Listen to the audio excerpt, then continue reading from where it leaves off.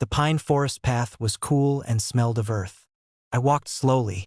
I wasn't running, I had nowhere to run to.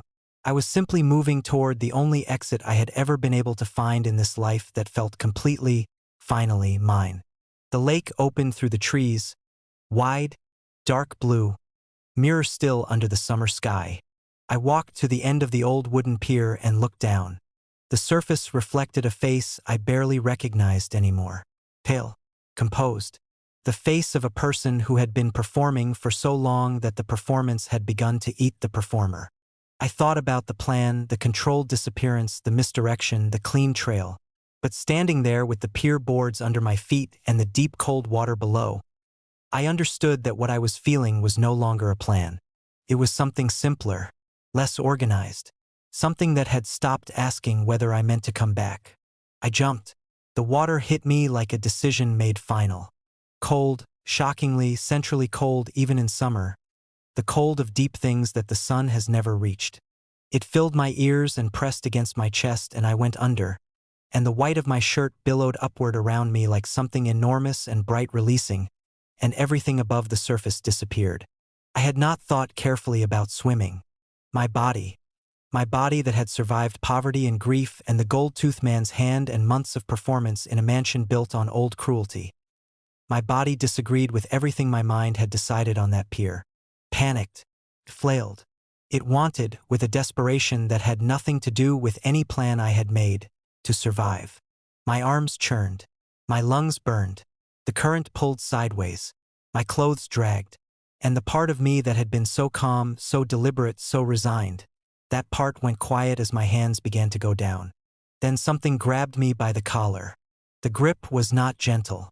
It hauled me upward with a force that felt like annoyance, like being retrieved by something that found the whole situation mildly inconvenient. And I came out of the water all at once, gasping, streaming, entirely undignified, and was deposited against a chest that was rapidly becoming as wet as I was. "What do you think you're doing? Trying to make someone clean up your corpse?" I knew the voice. Even through the roaring in my ears and the lake water pouring from my hair, I knew the voice. I coughed until my vision went white. Water came out of me in quantities that seemed impossible. My whole body shook. "If you're going to die," Yonho said above me, "you should at least pick the place. Even like this."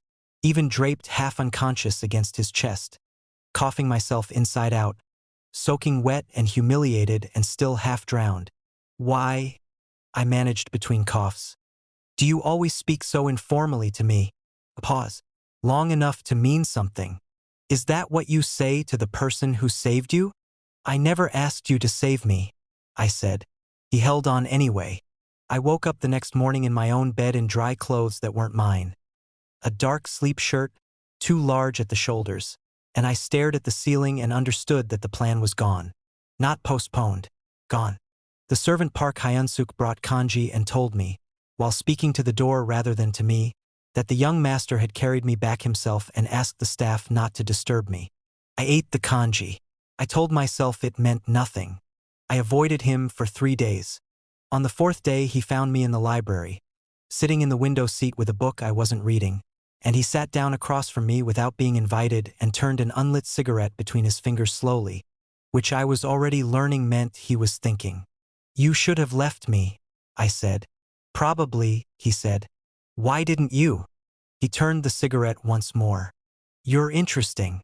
I told him I was the chairman's concubine and this conversation was a waste of his time.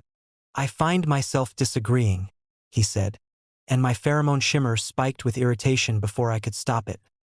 A visible golden agitation around my wrists that I couldn't suppress quickly enough.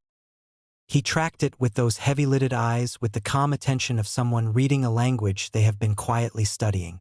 "Your pheromones," he said almost gently, "are much more honest than your face." I walked out. He let me go. That was the thing about Yonho I was beginning to understand. He never chased. He simply waited, with the patience of something that has correctly calculated that the distance will close on its own. The next morning he was in the backyard. My backyard. Sitting on the low stone ledge with a lit cigarette and his face tipped up toward the sky like a man who had accidentally wandered into exactly the right place. I stopped in the doorway. "You're in my spot," I said. "I know," he said to the sky. I should have gone back inside. Every reasonable calculation pointed toward it. Instead, I crossed the yard and sat down on the ground 3 meters away from him and looked at the weeds. We sat in silence. Not the strategic silence of the library, something closer to the kind that exists between people who have run out of defenses and are simply occupying the same air. A cicada started somewhere in the garden. "Why do you come out here?" he asked eventually. "Same reason you do, probably," I said. He looked at me. Actually looked. Not the predator's assessment. Something more level. Something that asked a question without asking it. "The house is suffocating," I said, before I could stop myself. A pause.